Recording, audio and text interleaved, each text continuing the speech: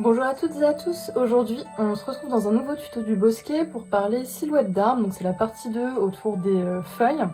Donc dans la partie 1, si vous n'avez pas encore regardé la partie 1, on a traité de comment faire ses verres à l'aquarelle pour avoir des verres naturels et on a parlé de la forme des feuilles, de leur nervure et de leur texture.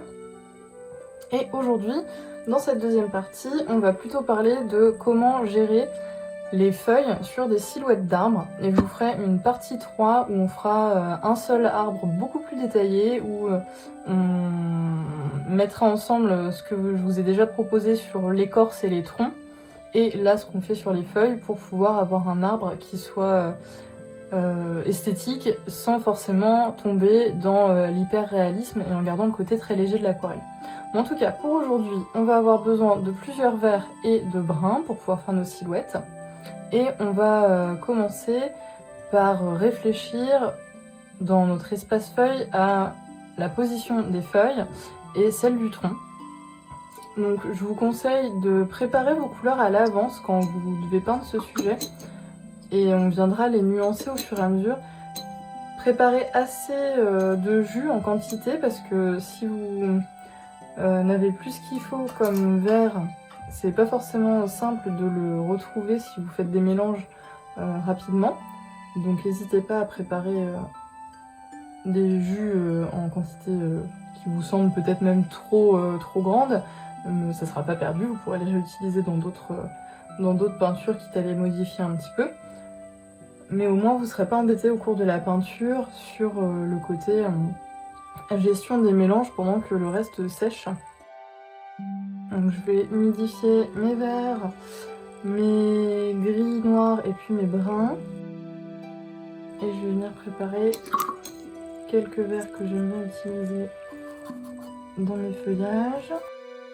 Comme je ne fais pas une très grande composition, j'ai pas besoin non plus d'avoir des litres de peinture. Et donc vous voyez, je vais préparer des verres assez foncés et des verres plus tendres parce qu'en fait ce qui va être intéressant c'est qu'en fonction de la couleur que vous allez utiliser, vous allez pouvoir figurer différents arbres puisque les arbres n'ont pas tous la même couleur de feuillage et ils n'ont pas tous non plus la même silhouette ni les mêmes couleurs de tronc. Donc, par exemple, si vous peignez un chêne, vous allez avoir un vert un peu plus tendre qui est légèrement grisâtre avec un tronc assez épais, des grosses branches bien charpentées en bas et une canopée, donc là où sont les feuilles, assez dense. Si vous peignez un bouleau, vous allez avoir un arbre qui est beaucoup plus longiligne avec un tronc plus grisonnant et des feuilles assez claires. Si vous peignez des conifères, notamment un sapin, vous allez avoir un feuillage très sombre, vert foncé, et puis un tronc qu'on voit très peu sauf à la base.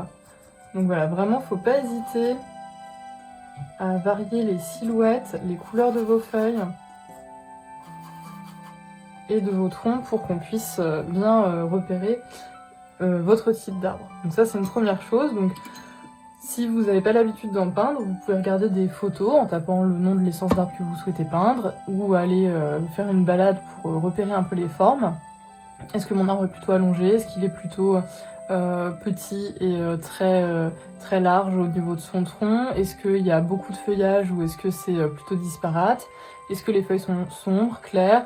Est-ce qu'elles sont des deux côtés de la feuille de la même couleur? Parce que certaines essences d'arbres ont des feuilles qui sont de teintes différentes sur le recto et le verso de la feuille, sur le dessus et le dessous. Et voilà, je vous conseille vraiment de réfléchir un petit peu en amont pour avoir quelque chose qui reste quand même un petit peu réaliste si c'est ce que vous souhaitez.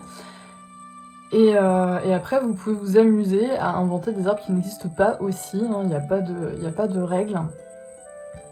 Donc vraiment expérimenter de manière assez libre si vous n'avez pas d'idée en tête précise. Et puis par contre, si vous voulez faire un certain arbre, parce que je sais pas, pour un cadeau, c'est l'arbre de naissance de la personne ou c'est son arbre préféré et vous souhaitez vraiment lui faire cet arbre-là, allez regarder quand même quelques photos de référence ou vous balader pour trouver l'arbre, pour avoir quelque chose d'assez ressemblant. une fois qu'on a réfléchi à ça, la question ça va être au niveau du feuillage, comment on le figure. Donc on peut le figurer en premier ou en second par rapport au tronc. Donc, je vous conseille d'expérimenter les deux si c'est les premières fois que vous peignez des silhouettes d'arbres, parce que vous allez avoir un rendu différent. Je vous montre en prenant le même vert et le même brun. Donc si par exemple, je fais quelques touches, je fais le feuillage d'abord, donc je vais légèrement rincer mon pinceau pour avoir quelque chose de plus clair et venir flouter un peu mon feuillage. Et puis là, je vais rajouter le tronc en prenant un brun. Donc je vais pas aller chercher quelque chose de compliqué, je vais prendre un brun assez sombre, donc je vais prendre un terre d'ombre brûlé.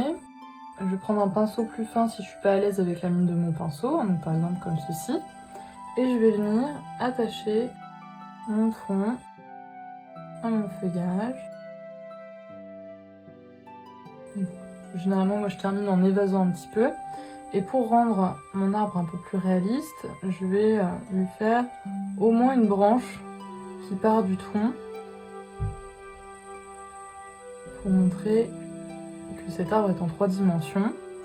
En faisant ça, vous allez avoir le brun qui va avoir tendance à migrer un peu dans la base de votre feuillage.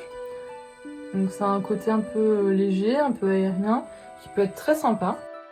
Si à l'inverse, vous venez peindre d'abord votre tronc, donc on va faire un arbre qui est assez similaire. Je vais venir l'évaser et on évite de le terminer trop droit parce que quand ils sont plantés dans la terre, on voit rarement le tronc comme s'il était coupé. Et puis je vais venir lui faire, comme pour l'autre, au moins une ou deux branches, faire du tronc. Et puis je vais venir mettre le feuillage en deuxième position.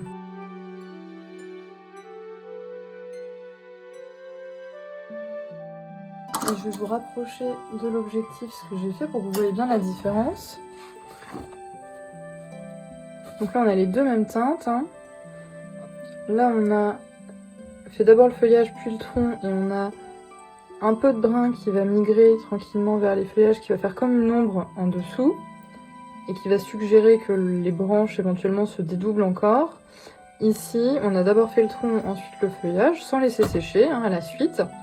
Et on voit qu'on a plutôt comme des mélanges, des taches qui apparaissent un peu brunâtres en bas, mais c'est moins diffus, il y a moins ce côté diffus que dans le premier.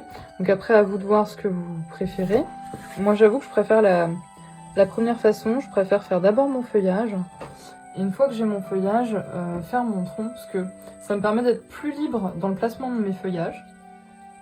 Et ensuite, en fonction de ce que j'ai obtenu, de venir raccrocher les branches tranquillement là où ça me semble le plus esthétique. Donc c'est ma façon de faire, je préfère faire comme ça, et du coup tous les prochains que je vais vous montrer seront faits de cette manière-là, c'est-à-dire qu'on va d'abord travailler le feuillage et ensuite le tronc.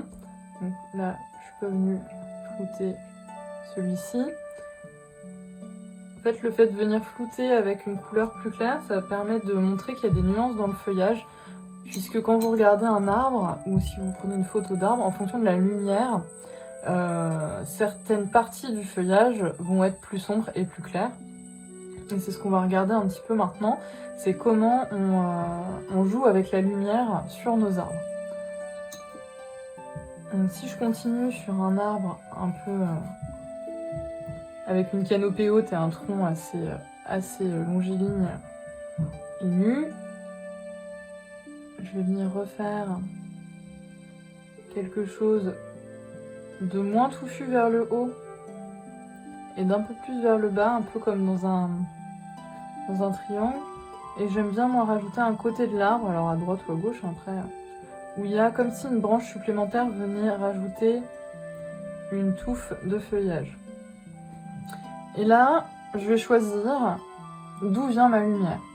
Donc si par exemple ma lumière vient d'en haut à droite, le soleil, on est en fin d'après-midi, le soleil tape comme ceci sur l'arbre, c'est-à-dire que toute cette partie-là va être plus claire, puisqu'elle va être directement atteinte par les rayons du soleil, alors que celle-ci va être plus sombre. Donc avec la même couleur, je vais venir rajouter un peu de pigment sur la partie gauche et surtout en bas de mon arbre. Je vais bien rincer mon pinceau. Et à l'inverse, je vais venir avec juste de l'eau, flouter comme on a fait tout à l'heure, pour avoir un feuillage qui est très clair sur la partie haute à droite. Ça, c'est la lumière directe du soleil qui vous fait assombrir le côté opposé et éclairer le côté direct où les rayons du soleil arrivent. Maintenant aussi, en fonction de comment vous êtes positionné par rapport à l'arbre, les feuilles qui sont au-dessous, là où va venir s'accrocher le tronc, sont forcément à l'ombre de celles qui sont au-dessus d'elles. C'est-à-dire que vous avez forcément une zone ombragée, là, en dessous de votre arbre. Donc, pareillement, on va venir accentuer sur toute la largeur de notre arbre la pigmentation pour avoir l'ombre des feuillages du dessus sur celle du dessous. Et en faisant ça, vous allez avoir un arbre qui a un feuillage beaucoup plus équilibré et beaucoup plus réaliste au niveau de la lumière que en gardant la même couleur partout. Et donc ça, c'est valable pour tous les arbres, peu importe leur feuillage, peu importe leur tronc. C'est vraiment des petits tips, des petits conseils de base que je peux vous donner pour avoir un feuillage qui est harmonieux et qui semble naturel. On va venir lui accrocher son tronc.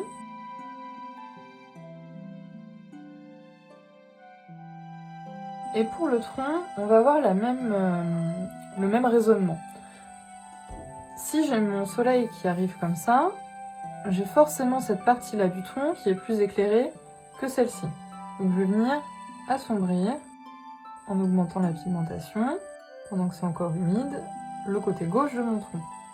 De même, la partie haute de mon tronc, qui est au niveau des feuillages, va forcément être plus sombre puisqu'elle est à l'ombre directe des feuilles, là où en bas, sur mon tronc, ici, il n'y a pas de feuilles, donc si le soleil est très haut comme ceci, elle va quand même être bien à l'ombre, mais si le soleil est un peu descendu et qu'il est plus rasant, cette partie-là va être très éclairée, tout comme le haut de ma canopée. Donc ça, c'est pareil, c'est valable pour tous les arbres, et si vous allez vous balader dans un parc ou en forêt, en fonction de ce que vous avez le plus proche de chez vous, ou même dans votre jardin, si vous avez un jardin avec des arbres,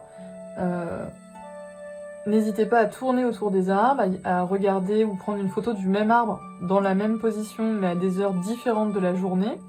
Vous allez voir que l'éclairage change vraiment au niveau du feuillage et du tronc.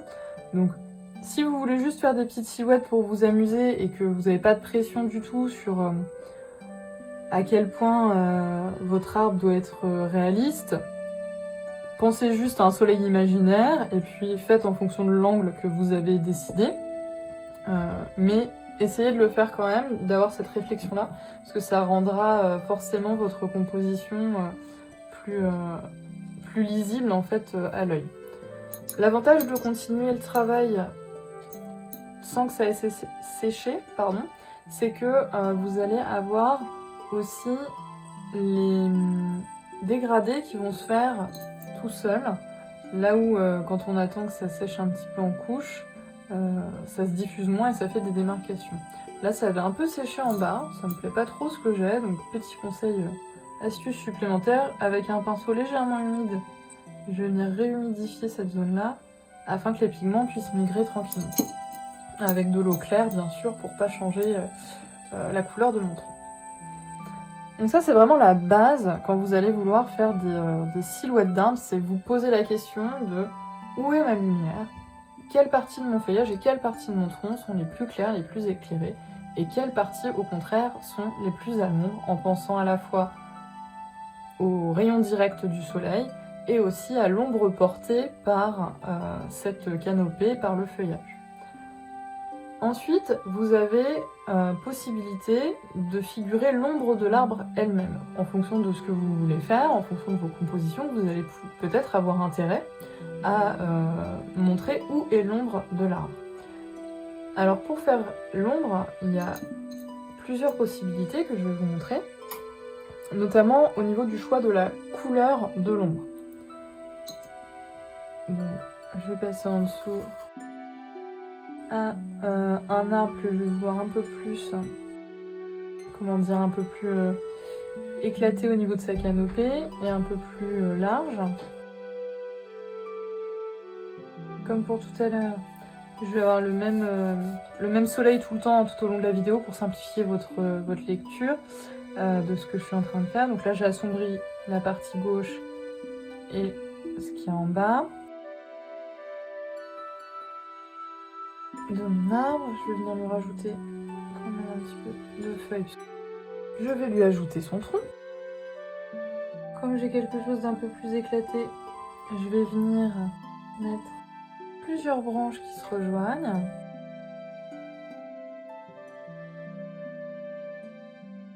Pour avoir un tronc avec des branches multiples.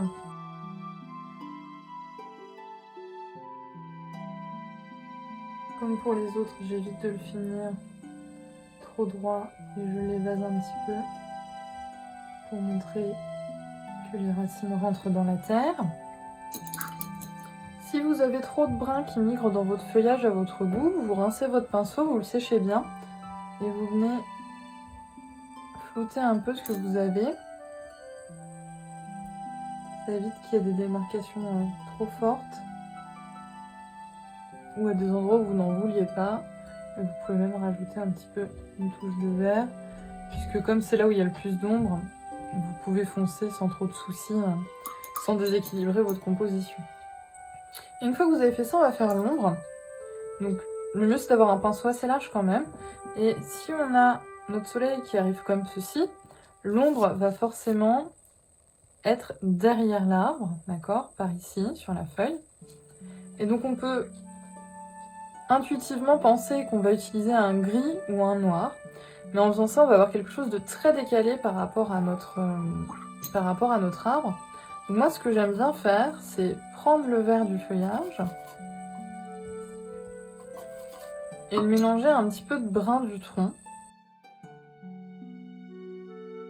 pour obtenir une couleur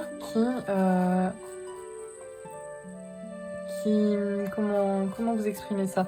Pour obtenir une couleur qui soit harmonieuse déjà avec les deux précédentes, et puis qui dans un même temps ne va pas être trop tranchante sur la composition, parce que si vous prenez un noir, ça va totalement trancher. Et donc l'idée, ça va être de signifier une tache sous votre arbre. D'accord? Donc là, on aurait toute la canopée qui vient en dessous, s'aplatir un peu, puisque le soleil est assez haut dans ce que j'ai décidé, hein, il est comme ceci. S'il était plus rasant, on aurait quelque chose de plus longiligne. Et à midi, au-dessus, on aurait une ombre qui est en arc de cercle, comme ça, tout autour de l'arbre.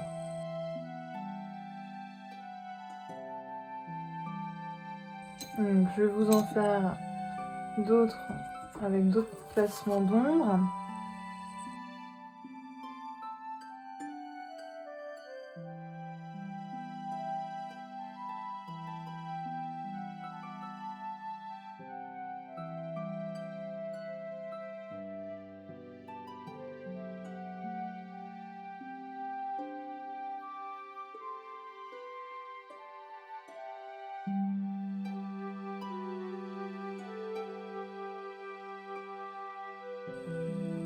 Donc on va pouvoir avoir quelque chose de beaucoup plus rasant.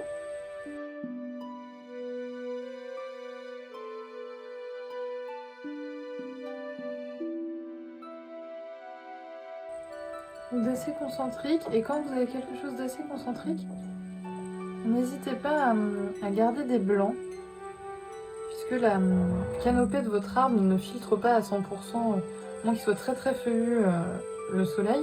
Et donc si le soleil est vraiment bien au-dessus, vous allez avoir de l'ombre, mais vous allez aussi avoir des endroits où là où il n'y a pas de feuilles et où les rayons du soleil passent, ça vous fait des blancs.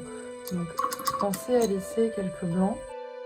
Vous pouvez aussi le faire sur ces ombres-là qui sont plus rasantes et au-dessus, mais à ce moment-là, généralement, vu que l'ombre va plus loin de l'arbre, c'est atténué, c'est flouté et du coup on voit moins les pops de soleil, les pops plus clairs. Donc n'hésitez pas à regarder aussi sur des photos de référence ou au cours d'une balade ce que ça peut donner au niveau des ombres de l'arbre. Et ensuite, vraiment l'idée ça va être de jouer avec les silhouettes, avec les formes. Donc on va pouvoir avoir des conifères type sapin comme ceci, mais vous pouvez aussi avoir par exemple des pins parasols qui vont être plus sur un arbre étagé.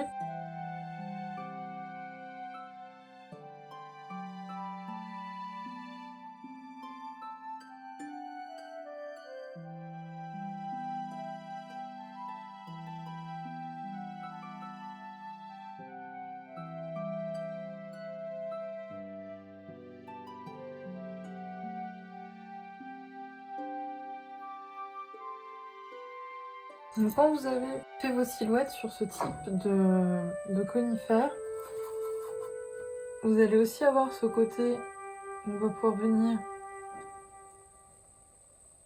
assombrir, choisir où sont les ombres.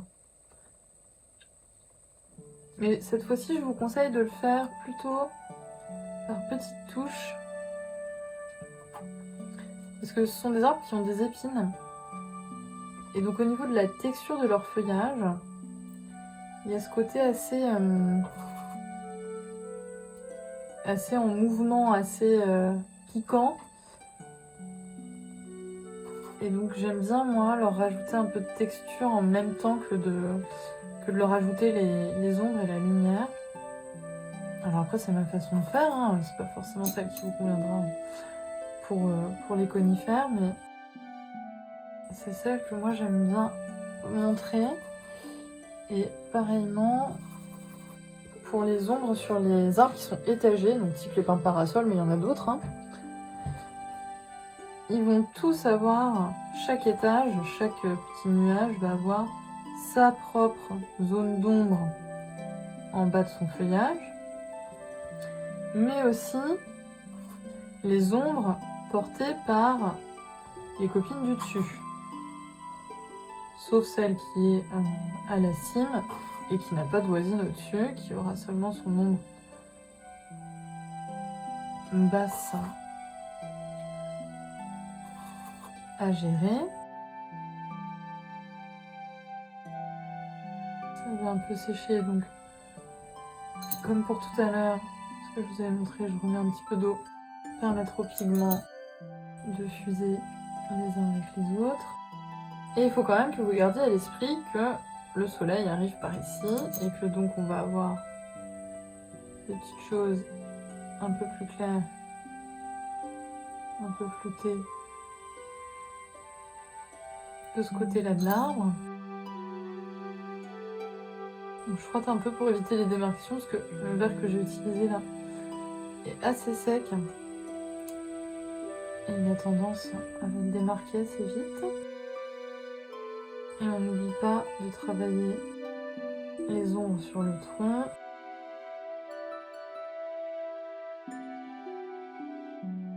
Et sur certaines parties des branches.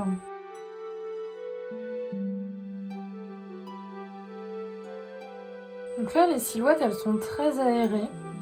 Il y a du blanc, beaucoup, entre les groupes de feuilles. Sur celui-là, un peu moins. Ça dépend vraiment de votre style, de ce que vous voulez laisser transparaître. Vous pouvez très bien laisser des blancs en bonne quantité pour avoir quelque chose de très aéré et figurer le fait que les feuilles ne sont pas toutes compactées, ne sont pas toutes collées ensemble. Mais dans un autre type d'aquarelle, dans un autre style, vous allez pouvoir ne pas laisser de blanc au niveau des feuillages et vraiment travailler sur l'ombre et la lumière. À tous ces petits conseils s'ajoute la possibilité, tant que c'est humide, de continuer de travailler le feuillage avec de l'eau pour le flouter, l'éclairer, avec la même couleur pour l'assombrir, faire des zones d'ombre, mais aussi éventuellement avec d'autres couleurs. On peut rajouter des jaunes pour venir illuminer, des orangés, et quand on travaille sur l'automne par exemple, toutes les feuilles n'étant pas en train de mourir à la même vitesse et de sécher à la même vitesse, vous pouvez très bien avoir des parties d'un arbre qui vont être très rougeoyantes pendant que d'autres sont déjà brunes et d'autres encore un peu vertes. Donc ça, je pense que je vous dédierai, comme j'avais dit en partie 1, une vidéo complète où on reverra tous les 3 parties que je vous présente là, version un peu printemps-été avec des arbres qui sont très verts, bon, sauf pour les conifères qui sont dans ces teintes-là, même l'hiver, mais en tout cas pour les arbres à feuilles caduques qui perdent leurs feuilles à l'automne, je vous ferai une vidéo complète où je vous parlerai vraiment des couleurs et de la gestion des couleurs pour les compositions automnales, parce que pour le coup, il y a plus de questionnements autour de la balance qu'on fait entre les jaunes, les orangés, les rouges, les bruns, en fonction du type d'arbre et en fonction du stade où chaque partie de l'arbre en est dans la perte de son feuillage. Donc là, on se pose pas les questions aujourd'hui, on se les posera dans une autre vidéo que j'essaierai de vous sortir quand même avant l'automne, comme ça si vous voulez faire des compositions automnales, même au printemps ou à l'été, vous aurez les conseils aussi dans la foulée. Mais voilà pour les conseils de base sur les silhouettes des arbres, et puis la gestion de leur feuillage et un peu de leur tronc, puisque c'est lié à la gestion de la lumière et des ombres portées des objets. Si la vidéo vous a plu, n'hésitez pas à me mettre un petit pouce et un petit commentaire, ça me fait toujours plaisir et j'y réponds volontiers. Si vous testez à la maison, envoyez-moi sur les réseaux vos petites réalisations, parce que j'aime bien voir ce que vous faites de mes tutoriels. Et puis n'hésitez pas à me poser des questions si une partie de la vidéo est un peu complexe pour vous, si ça vous semble pas 100% limpide. Je suis là pour ça, et j'essaie de vous répondre généralement dans la semaine au plus tard, en fonction du nombre de commandes que j'ai et de la gestion des ateliers au Bosquet. Et si vous avez vraiment beaucoup aimé cette vidéo, vous pouvez aussi vous abonner à la chaîne. Je sors des tutoriels toutes les semaines à 10 jours. Généralement, j'essaie d'éviter de dépasser 10 jours entre chaque vidéo pour que vous en ayez 3 à 4 par mois. Sauf période de surcharge de commandes ou de grande fatigue, mais ça arrive peu souvent dans l'année quand même, puisque la peinture me permet aussi de me détendre, donc même quand je suis fatiguée, j'ai tendance à vouloir peindre. Donc voilà, et je vous souhaite une bonne fin de journée ou de soirée en fonction de l'heure à laquelle vous regardez cette vidéo. Salut!